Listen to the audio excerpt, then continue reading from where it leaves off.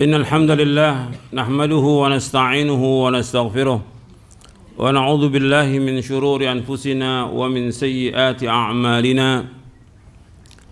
من يهده الله فلا مضل له ومن يضلل فلا هادي له أشهد أن لا إله إلا الله وحده لا شريك له وأشهد أن محمدا عبده ورسوله اللهم صل وسلم وبارك على نبينا محمد وعلى آله وصحبه أجمعين. Ayolah ikhwah, azakumullah.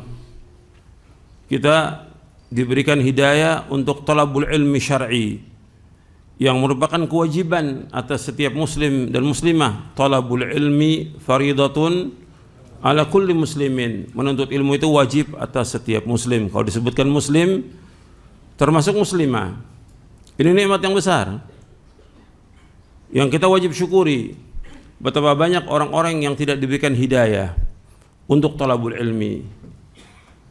Jutaan orang tidak diberikan hidayah untuk talabul ilmi. Antum diberikan oleh Allah hidayah untuk talabul ilmi. Maka gunakan kesempatan ini sebaik-baiknya untuk mendapatkan ilmu yang bermanfaat. Antum gunakan kesempatan ini untuk betul-betul menuntut ilmu, mengaji, memperhatikan apa yang disampaikan, memahami. Sebab Nabi bersabda sallallahu alaihi wasallam, ihris ala ma yanfa'uka wasta'in billah wa la ta'jaz. Berkemohon keraslah kepada apa yang bermanfaat bagi kamu. Minta tolong kepada Allah, jangan lemah. Ingat, jangan lemah, jangan malas, jangan futur. Harus semangat seorang talibul ilm. Kemudian antum berusaha untuk mengamalkan dalam kehidupan. Karena banyak orang yang ngaji tapi ilmunya tidak bermanfaat. Itu yang harus dia introspeksi. Kenapa kok tidak bermanfaat ilmunya? Sekian lama ngaji tidak ada perubahan dalam kehidupan. Coba antum perhatikan, ngaji mestinya ada perubahan. Perubahan dalam diri kita, perubahan dalam keluarga kita, perubahan dalam ibadah kita kepada Allah, perubahan dalam kita betul-betul menata hati kita untuk tunduk dan taat hanya kepada Allah, menjaga keikhlasan, ittiba kepada Rasulullah SAW. Begitu juga mengatur waktu kita. Banyak yang nuntut ilmu tidak pandai mengatur waktu. Talabul ilmi dia buang-buang waktu dengan sia-sia. Apakah dengan ngobrol, dengan main HP, dengan jalan-jalan, dengan yang lainnya. Coba antum pikirkan, antum talibul ilm mesti berbeda dengan orang awam, berbeda dengan orang umum. Waktu itu sangat berharga dan waktu itu akan ditanya oleh Allah SWT. Antum ingat bahwa Nabi SAW pernah memberikan nasihat kepada sahabat Ibnu Umar. Ibnu Umar masih muda, umurnya belum sampai 20 tahun. Ibnu Umar, Nabi mengatakan kepada Ibnu Umar radhiyallahu anhuma, kun fid dunya ka'annaka gharibun aw 'abiru sabilin wa'udda nafsaka min ahlil kubur. Kata Nabi SAW kepada Ibnu Umar radhiyallahu anhuma, kun fid dunya ka'annaka gharib. Hendaklah kamu jadi dunia seperti orang asing. Aw 'abiru sabilin, atau engkau orang yang dalam perjalanan. Wa'udda nafsaka min ahlil kubur, dan hitung dirimu termasuk orang yang pasti mati, pasti menjadi penghuni kubur. Hadis ini sahih diriwayatkan oleh Imam Bukhari, Abu Daud, Tirmidzi, Ahmad dan yang lainnya. Tapi kalimat wa'udda nafsaka min ahlil kubur tidak ada dalam riwayat Bukhari. Dalam riwayat yang lain ada. Nabi menyebutkan Rasulullah kepada Ibnu Umar ini, jadilah kamu dunia seperti orang asing atau orang dalam perjalanan. Orang asing atau orang yang dalam perjalanan itu betul-betul dia menjaga waktunya. Waktunya sangat berharga.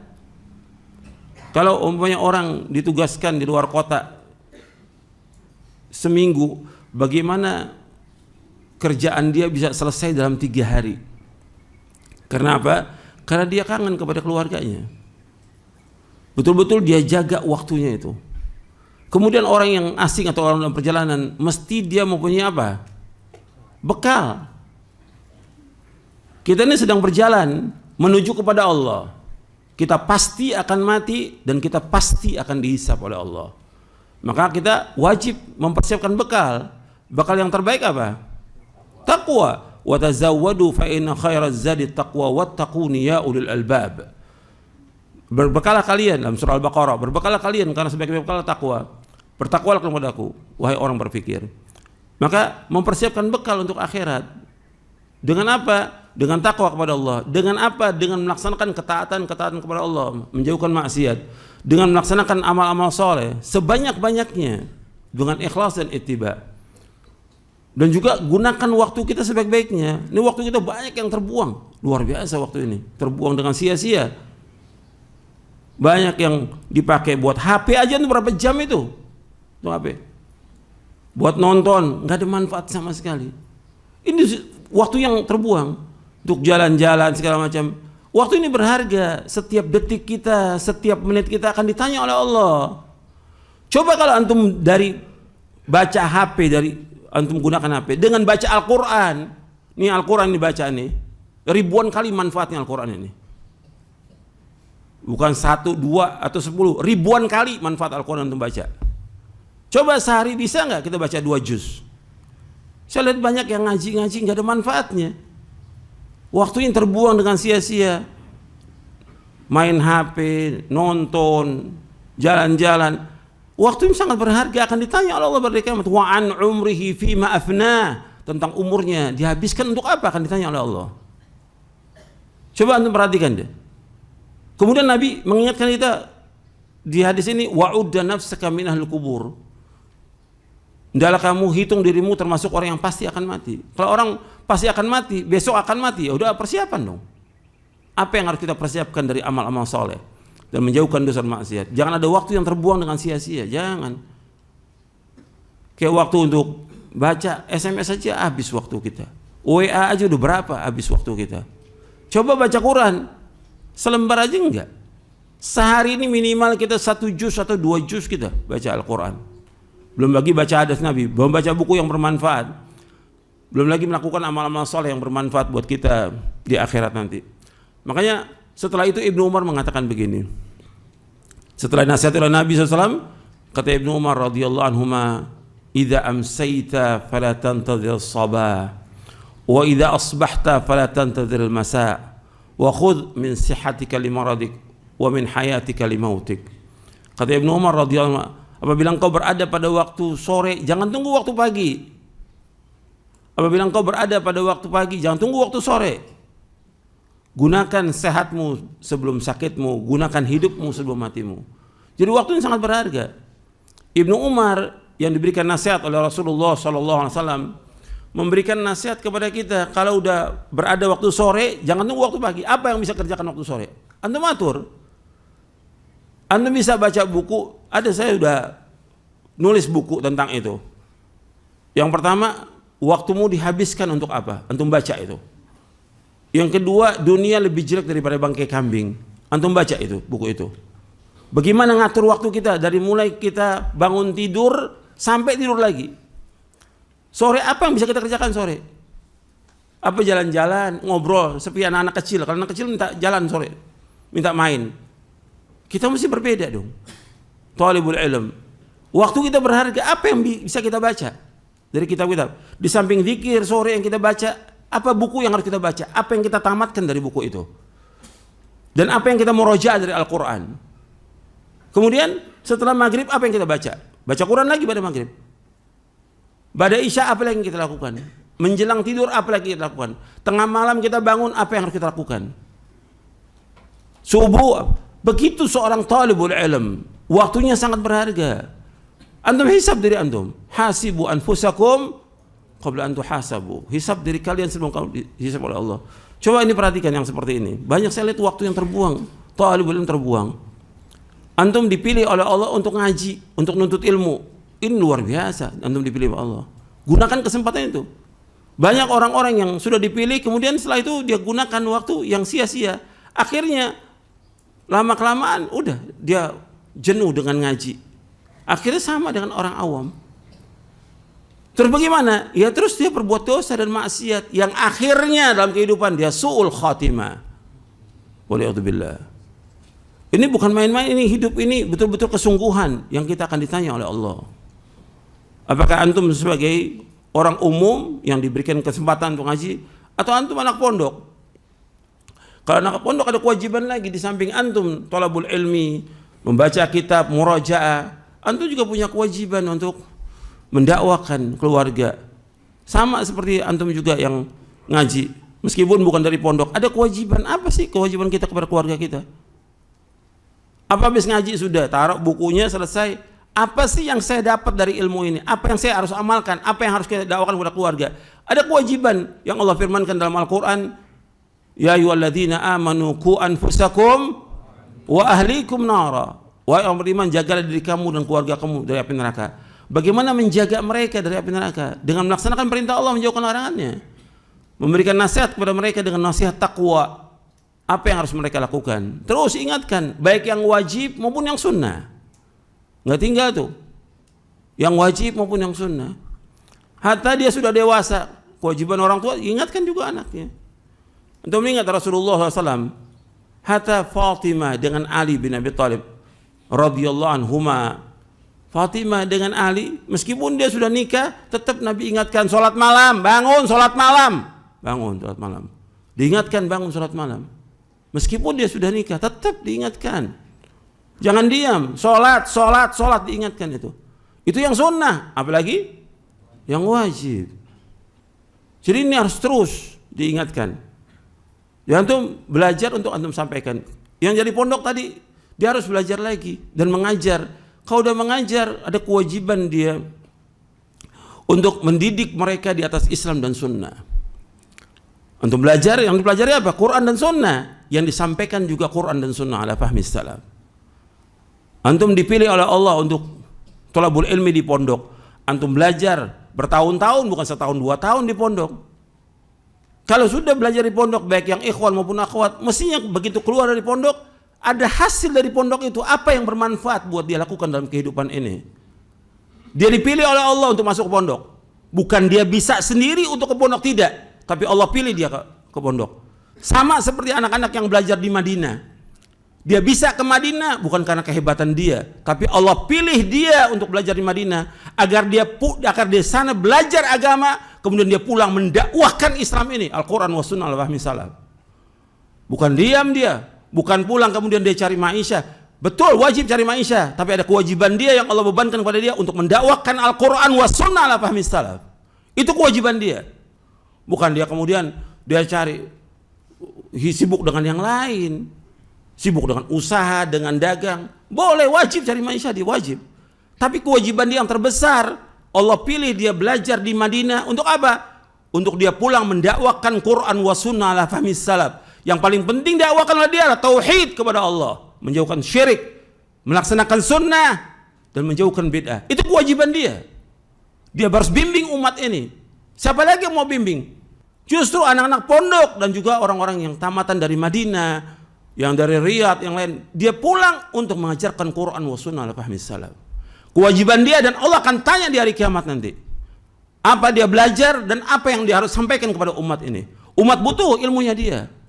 Allah sebutkan dalam Al-Quran bahwa dia belajar nuntut ilmu itu sama dengan jihad, yang Allah sebutkan dalam surah At-Taubah di ayat 122, wa ma kana al-mu'minuna liyanfiru kaffah falaula nafara min kulli firqatin minhum ta'ifatun liyatafaqahu fid din wa liyunziru qaumahum idza raja'u ilaihim la'allahum yahdharun. Allah sebutkan dalam surah At-Taubah di ayat 122, wa ma kana al-mu'minuna liyanfiru kaffah. Tidak patut orang mukmin semuanya pergi berperang jihad. Falaula nafara min kulli firqatin minhum ta'ifatun liyatafaqahu fid din. Mesti ada dari setiap golongan, setiap kelompok orang yang belajar agama, menuntut ilmu. Artinya orang yang belajar agama, menuntut ilmu, disamakan oleh Allah dengan apa? Jihad fisabilillah. Untuk apa? Untuk tafaqquh fid din, belajar agama, memahami agama Al-Quran wa Sunnah ala fahmi salaf. Setelah itu apa kewajiban dia? Apa kewajibannya? Setelah tafaqquh fid din apa? Waliyunziru qaumahum idza raja'u ilaihim la'allahum yahdharun. Agar mereka mengancam kaum mereka apabila mereka kembali, dan agar mereka berhati-hati kaumnya. Jadi kewajibannya dia ada kewajiban. Dia belajar di pondok, dia belajar di Libya, dia belajar di Madinah, dia belajar di Yaman. Pulang ini untuk mendakwahkan Quran wa sunnah ala fahmi salaf. Itu kewajibannya dia. Terus dan gak boleh berhenti. Siang dan malam dia dakwakan, itu kewajibannya dia. Karena Allah pilih dia untuk belajar, maka dia kewajiban dan ganjarannya besar. Yang luar biasa. Selama dia dakwakan, selama itu dapat mengalir pahalanya. Man dalla ala khairin kafa'ili. Barang siapa menunjukkan orang berkebaikan, dia akan dapat ganjaran terus. Man da'a ila hudan kana lahu minal ajri mithla ujuri man tabi'ahu min ghairi an qusa min ujurihim syai'. Kata Nabi SAW dalam hadis riwayat Muslim. Barang siapa yang mengajak orang pada petunjuk, maka dia dapat ganjaran. Terus dapat ganjaran orang-orang yang mengikutinya dan tidak kurang sedikit pun juga. Ini kewajiban. Jadi jangan ditinggalkan. Kepada yang ngaji tetap harus introspeksi, merubah, artinya kepada kebaikan. Kalau kita nggak berusaha untuk merubah, siapa lagi? Kita jadi contoh. Yang belajar di pondok juga demikian, yang belajar di Madinah juga demikian. Antum kewajiban mendakwakan Quran wa sunnah al-fahmi salaf. Terjun di masyarakat, dakwakan kepada umat ini agar umat paham. Jutaan orang yang tidak paham tentang agama, jutaan. Dan itu kewajiban kita. Apa kita mau biarkan mereka dalam kegelapan, dalam zulumatul jahl, zulumatul syirik, wa zulumatul bid'ah. Mereka dalam kegelapan kebodohan, kegelapan syirik, kegelapan bid'ah. Kewajiban kita untuk memberikan cahaya kepada mereka. Dan itu tanggung jawab kita dan akan ditanya di hari kiamat nanti. Makanya perhatikan itu, bahwa ada kewajiban kita yang harus kita sampaikan. Tapi tetap sebelum kita melangkah untuk mendakwakan orang lain, kita dakwakan diri kita dulu. Dakwakan keluarga kita, ku anfusakum wa ahlikum nara. Kemudian dakwakan sanak kerabat kita, wa anzir ashiratakal aqrabin. Ancam keluarga kita yang terdekat, semua keluarga kita ancam. Dakwakan mereka agar mereka paham tentang agama ini. Karena itu kewajiban kita. Kita nggak bisa diam. Siang malam apa yang bisa kita lakukan untuk mereka? Ini kewajiban dan antum dapat ganjaran besar. Karena tujuan hidup kita, puncak cita-cita seorang mukmin adalah apa? Sorga, gitu. Dan itu harus dicapai. Bagaimana caranya untuk bisa mendapatkan dirinya? Jadi harus, waktu itu sangat berharga untuk menggunakan kesempatan. Jangan udah nuntut ilmu masih main HP, masih buang-buang waktu, masih nonton, tengah malam masih nonton. Apa manfaatnya untuk belajar? Apa manfaatnya untuk belajar? Mestinya antum baca Quran tengah malam, antum baca buku yang bermanfaat, antum bangun tengah malam, antum tahajud, antum doa kepada Allah. Manfaat. Jadi harus apa yang kita kerjakan yang bermanfaat. Jangan kita jadi orang yang tidak bermanfaat, jangan. Kata Nabi SAW, khairun nas anfa'hum linnas. Sebaik-baik manusia yang bermanfaat buat orang lain. Bukan untuk diri kita sendiri, jangan. Apa yang bermanfaat? Kita harus bermanfaat. Ilmu kita harus bermanfaat. Dakwah kita bermanfaat. Harta kita bermanfaat untuk umat ini. Harus bermanfaat buat umat. Nggak boleh kita ngurus diri kita sendiri. Nggak, semua orang harus bermanfaat dengan apa yang ada pada kita. Jadi kita orang yang mubarak. Wa ja'alani mubarakan aina ma kuntu. Dan Allah jadikan aku sebagai orang yang berkah di mana aku berada. Barokah dia. Di mana dia berada, manfaat hidupnya. Antum harus jadi seperti itu. Thalibul ilm bermanfaat buat dirinya, bermanfaat buat istrinya, bermanfaat buat anaknya, bermanfaat buat orang tuanya, bermanfaat buat tetangganya, bermanfaat buat umat. Antum harus jadi orang yang bermanfaat. Jangan jadi sia-sia, jangan. Jangan berbuat dosa dan maksiat, tinggalkan semuanya. Kita harus jadi orang yang baik. Dengan ngaji ini ingin jadi orang baik. Jadi orang yang bertakwa. Jadi orang yang saleh dan juga muslih, bukan hanya saleh, tapi muslih, memperbaiki orang lain.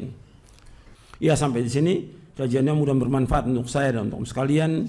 Kurang lebihnya saya mohon maaf. Wassallallahu nabiyana Muhammadin sallallahu alaihi wasallam. Subhanakallahumma bihamdik asyhadu an la ilaha illa anta astaghfiruka wa atubu ilaik. Assalamualaikum warahmatullahi wabarakatuh.